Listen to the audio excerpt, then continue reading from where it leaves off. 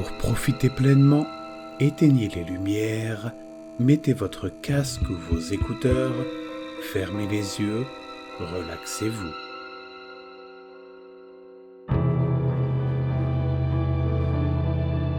J'ai repris contact avec la femme que j'ai épousée.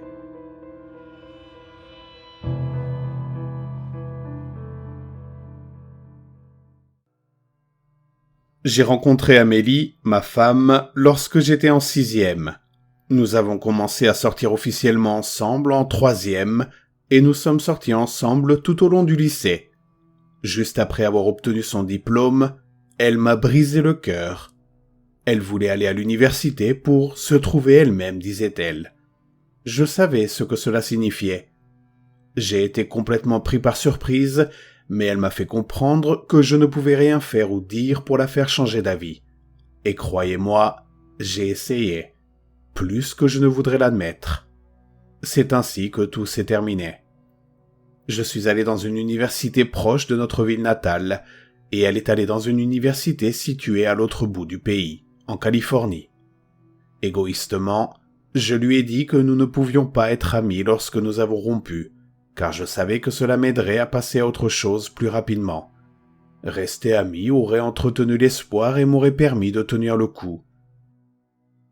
Pendant les 2 années qui ont suivi, je n'ai pas eu de nouvelles d'elle du tout.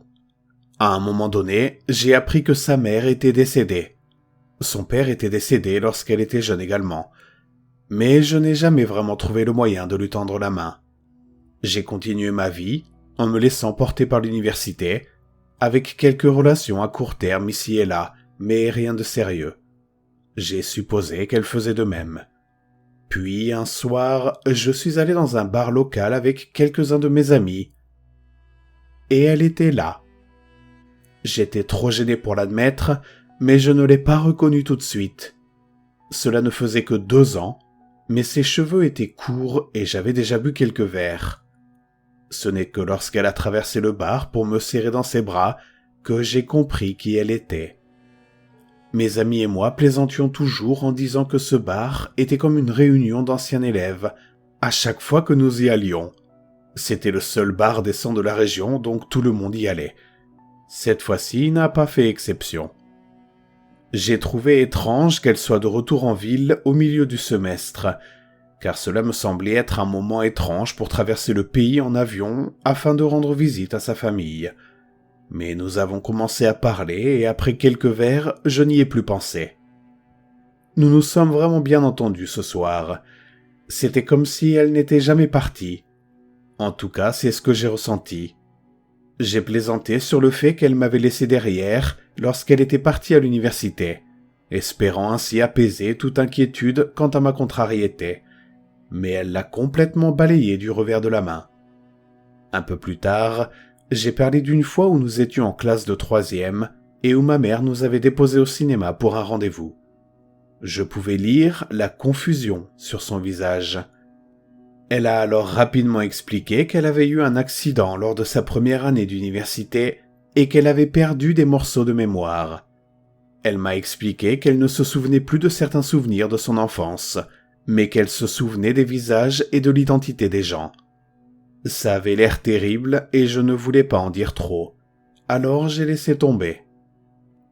Après cette soirée, nous nous sommes revus quelques jours plus tard. Nous avons repris là où nous nous étions arrêtés au lycée. Nous sortions de nouveau ensemble. Quelques semaines ont passé et elle a fini par me dire qu'elle avait décidé de ne pas retourner à l'école en Californie. Elle voulait rester ici, ce qui était génial.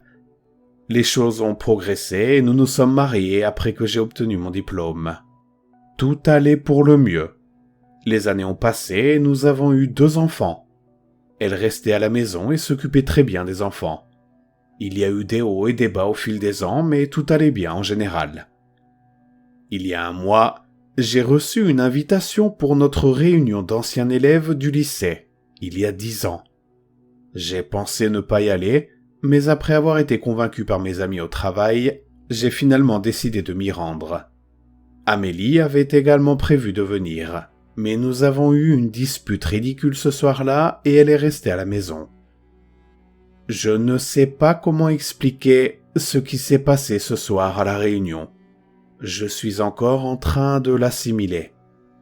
La soirée s'annonçait plutôt calme. Nous n'étions qu'une quarantaine à y participer. Mais quelqu'un m'a tapé sur l'épaule. Je me suis retourné et j'ai immédiatement ressenti ce que je ne peux décrire que comme de l'effroi au creux de l'estomac. Je n'arrivais pas à comprendre ce que je voyais. Cette femme m'était si familière.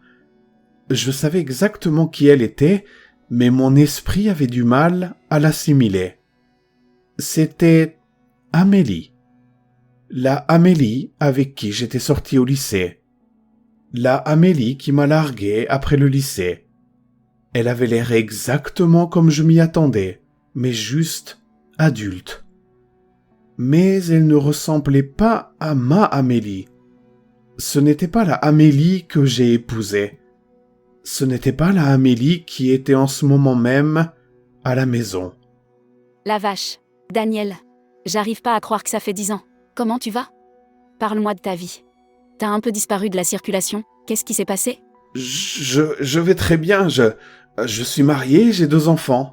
Et toi? Je vais bien, merci. Je suis tombée amoureuse de la Californie pendant mes études. Donc j'ai décidé que c'était là que je devais vivre. C'est la première fois que je suis revenue ici depuis le décès de ma mère, il y a 9 ans. J'ai pas vraiment eu envie de revenir jusqu'à aujourd'hui. J'ai mis fin à la conversation et je suis parti immédiatement. Je suis maintenant assis devant chez moi, dans ma voiture. Les lumières sont éteintes et le moteur est coupé. Je ne sais pas qui j'ai épousé, avec qui j'ai eu des enfants, mais ce n'était pas la vraie Amélie, celle que j'ai rencontrée à la réunion. Qu'est-ce qui se passe? J'essaie de recoller les morceaux, mais c'est trop.